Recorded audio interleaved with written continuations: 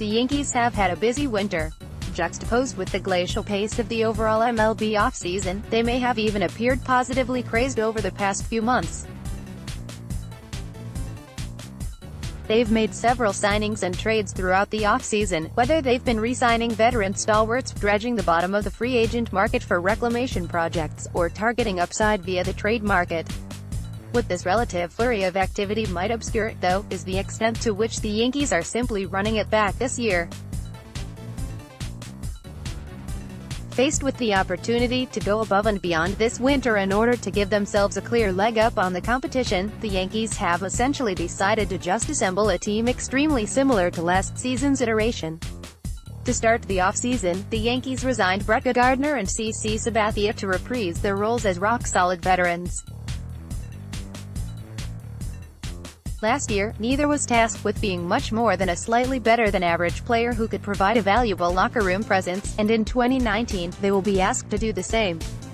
Also reprising his part as a lefty relief ace attempting to recapture his former glory is Zach Britton.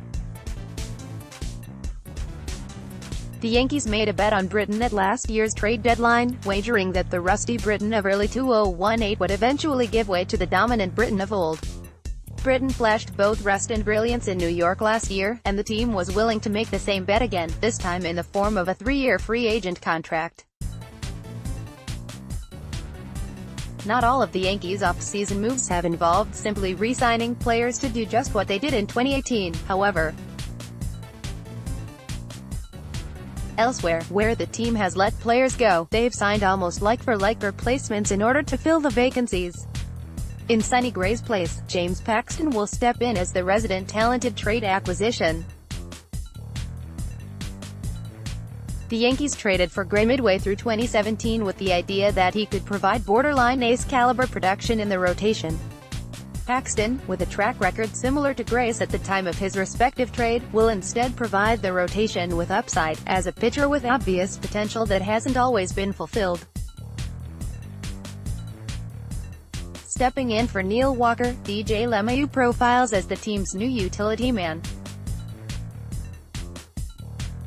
Walker played 4 different positions at least 15 times in 2018, and LeMahieu has been told to bring plenty of different gloves to spring training this year. Also, much like the Yankees couldn't pass up Walker when his price fell to 1 year at $4 million, the team likely saw LeMahieu at $12 million per season as a steal. With David Robertson skipping town for the Phillies, the role of overqualified veteran right-handed middle reliever was left gaping. Enter Adam Ottavino, stage left. Over the past 3 seasons, Robertson posted a 152 ERA with an 11.9 K/9 rate. Ottavino outran a 144 ERA with a 12.0 K/9 rate over that span. And finally, with the role of starting shortstop vacant for the first few months of the season, the Yankees scooped up Troy Tulowitzki on a league minimum deal. Tulowitzki may not profile as particularly similar to Didi Gregorius, but he will at least play Gregorius' part for some time while Gregorius heals. Every role that was left unoccupied at the outset of free agency has either been filled by the exact player that filled it last year, or a nearly identical replacement. For all intents and purposes, the Yankees are just a hit Broadway production, keeping some actors on for their next run of shows, while finding apt substitutions for the players that step away. Running it back doesn't exactly have to be bad. The Yankees are bringing back an excellent team. They were one of the best teams in all of baseball last season, and project as one of the best teams yet again. It's not as if the organization has chosen to do it all again with a bunch of stiffs. What is disappointing is the context within which they are running it all back. The team in league is setting records in terms of revenue. 2 generational free agents still sit unsigned on the market in Bryce Harper and Manny Machado.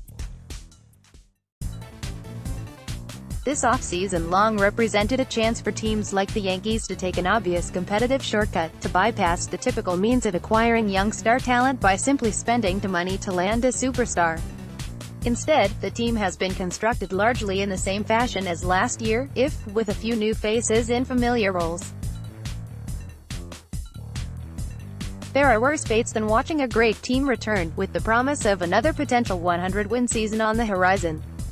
There are also better ways to capitalize on rare off-seasons that feature multiple dazzling stars.